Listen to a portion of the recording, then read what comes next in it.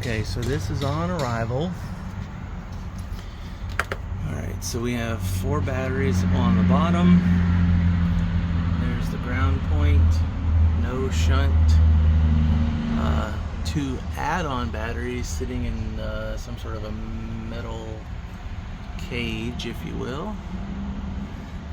We've got, this is wired as a bank, positive, negative right here, going into the multi. Then we have negative, positive, that's a bank, going into the multi. And then we have this bank coming off of here, positive, coming over, going to here. The negative comes down right here, goes over to here. So whatever, I'm gonna have to draw that just to see what it looks like on paper to figure out as a bank what that would be. Okay, so apparently all these batteries are, see, look at that, that is under there. So I've got fully charged,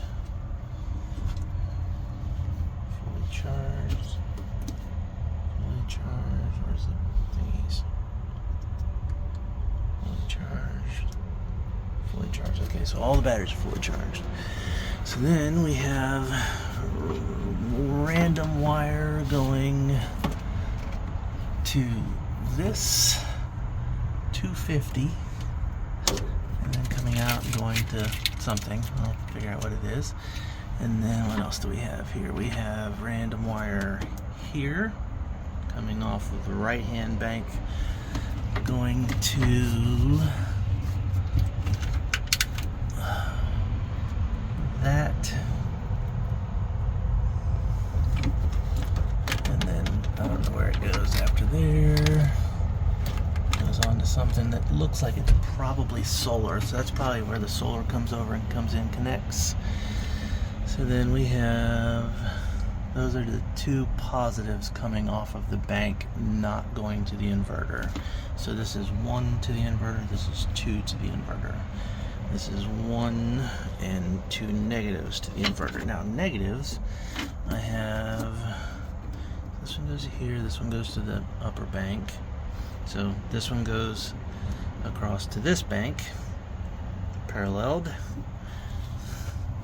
But then they didn't parallel the positives, whatever. Clearly had no clue how to wire this. Okay, so then we've got parallel this way, both of these, parallel those. Yes, that's good. So what do I have here? I have temp sense on the negative terminal.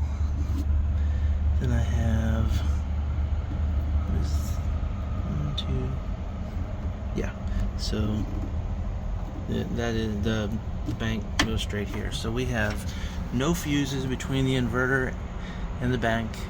We have no fuses, that has to be that 250 there, that has to go to the RV for 12 volt.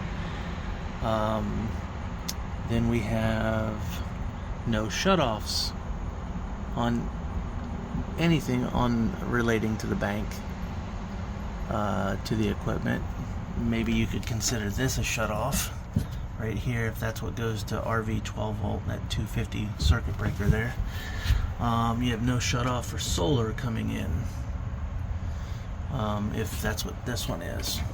I'll come back to it. And then all of that, whatever. So we'll have to get the batteries out to see all that. Okay, so that's what we're coming into off the start. Then we have the AC comes up. It's on 30 amp wire. So let's go over here. Comes through the wall right here. and go up, and this one goes this way, and this one goes that way. So I'm gonna have to get the wall down to see where those go. But let me get the wall down and I'll come back. Okay, so it was probably right.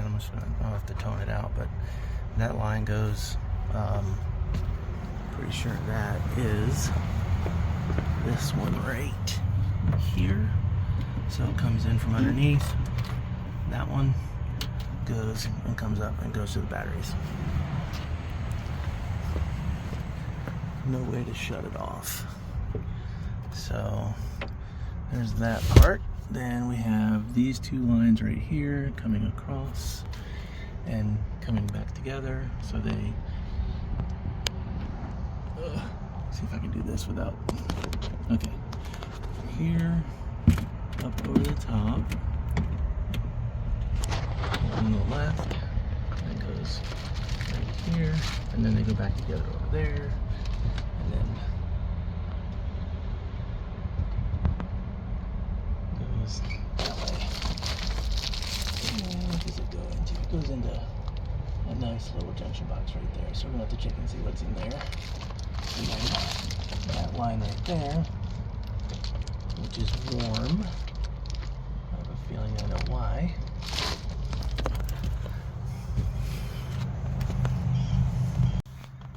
Okay, electrical cover pulled off. As soon as I removed the solar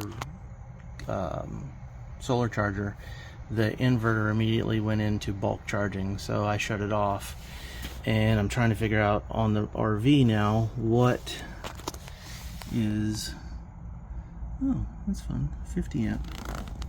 Okay, so on these wires right here, we're bringing 50 amp in. Alright, so pause and I'll take the whole box out. Okay, so that is 30 amp wire. It is, I want to say it's 10 gauge. It comes out, it's the large orange wire right here. And it goes over to that junction box, which has 6 gauge 3 conductor, which is 50 amp wire. And it looks like both of those go in there. No, I think this one may, yeah, this one goes all the way up to the front to the inverter. Okay, that part's fine. Alright, so what they did was they pulled that wire right there, it comes out of the transfer switch. They pulled it out of the electrical box. They put a new junction box and junctioned in onto that orange wire right there. 50 amp service, sending it all the way to the front, going through the inverter, and then coming back on this one, coming to the inverter. So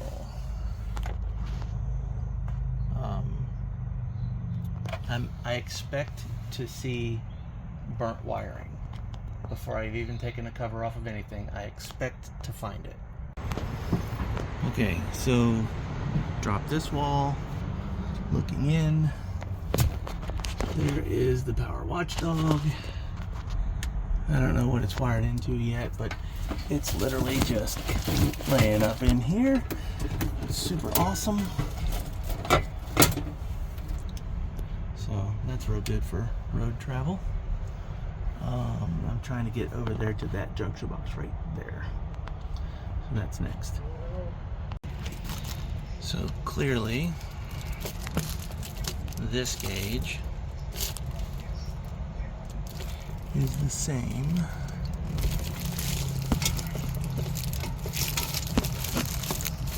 as this gauge. It's not. This is 6. This is 10.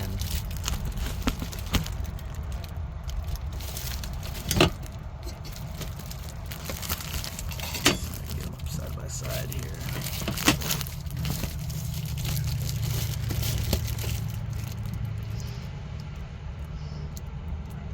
difference.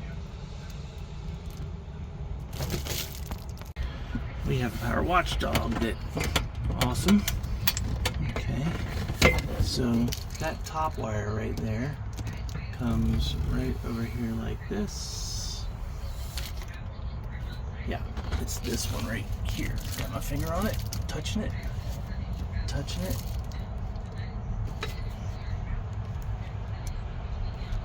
Get a good angle.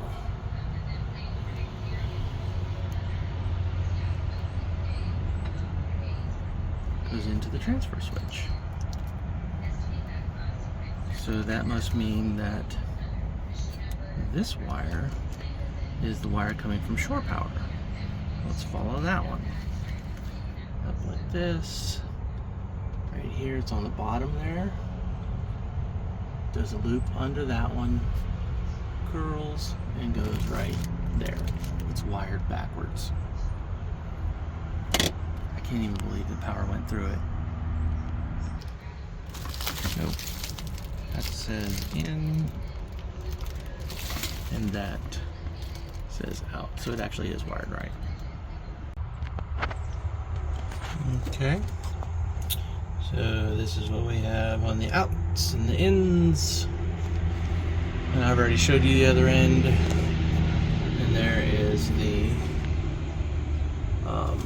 battery ins and outs. And this is just on the temperature sense on the batteries, which is over there. Ground. Where does it go? Oh, I grounded it over here too.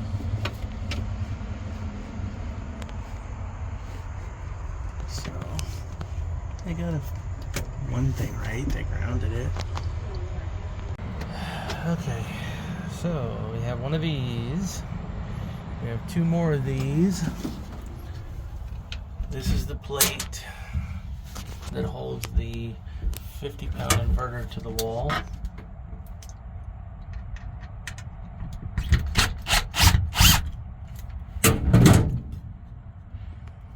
See it right there. And this is particle board, so it's not even like a 3/4 board. So I'll unscrew this one, but it's going to fall.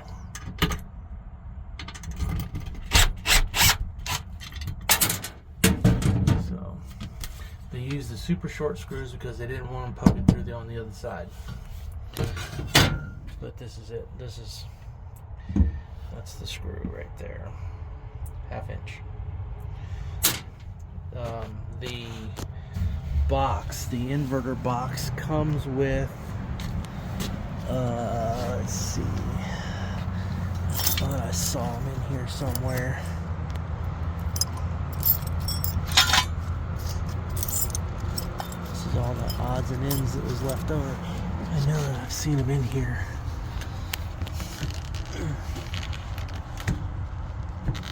Where to go? I'll find them. I'll show this. The inverter even comes with screws. I'll show you the screws here. Okay, so the bottom and short screw is what was screwed into the wall, and the screw that is right here is what was that's what comes with the inverter. 1.5 inches, something like that, 1.25 inches versus a 1/2 inch. Alright, so that is the wire that they use to interconnect the batteries. This right here should be 2/0 2/0 flex, if I can get it to focus.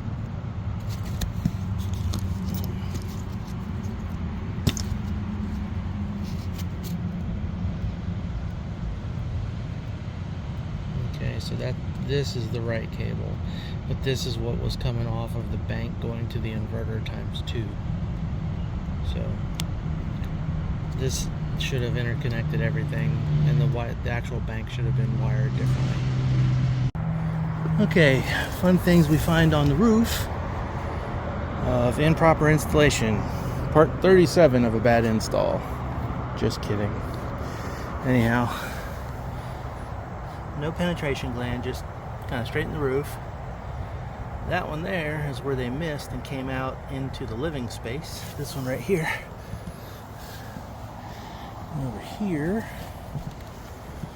we have 1, 2, 3, 4 panels, all wired in parallel, coming into 2 combiners that the panels are 170 watts each.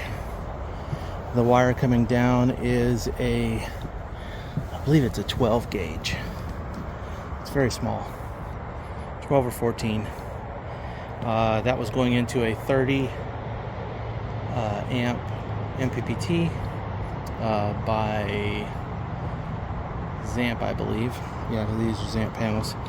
And you'll never see the power coming in from the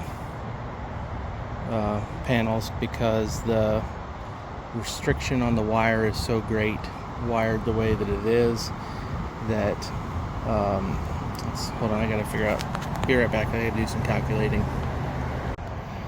Okay, I estimate it's about 25 feet from that combiner box down into the basement where the pass-through is, where the wiring is. At 25 feet, 12 gauge wire, all 4 panels. Each panel is 9 point something, it's 37.6 amps total at 18 volts. Your loss is 16%. So on a perfect day, the best that you'll ever see from this solar coming in is 83 point something percent. And then the amps of the solar charge controller are only 30, and this is putting out 37 amps. So, you know, the system is very, very poorly designed. The equipment doesn't match, the electrical equipment doesn't match the solar equipment. Just all in all, the performance would be horrible.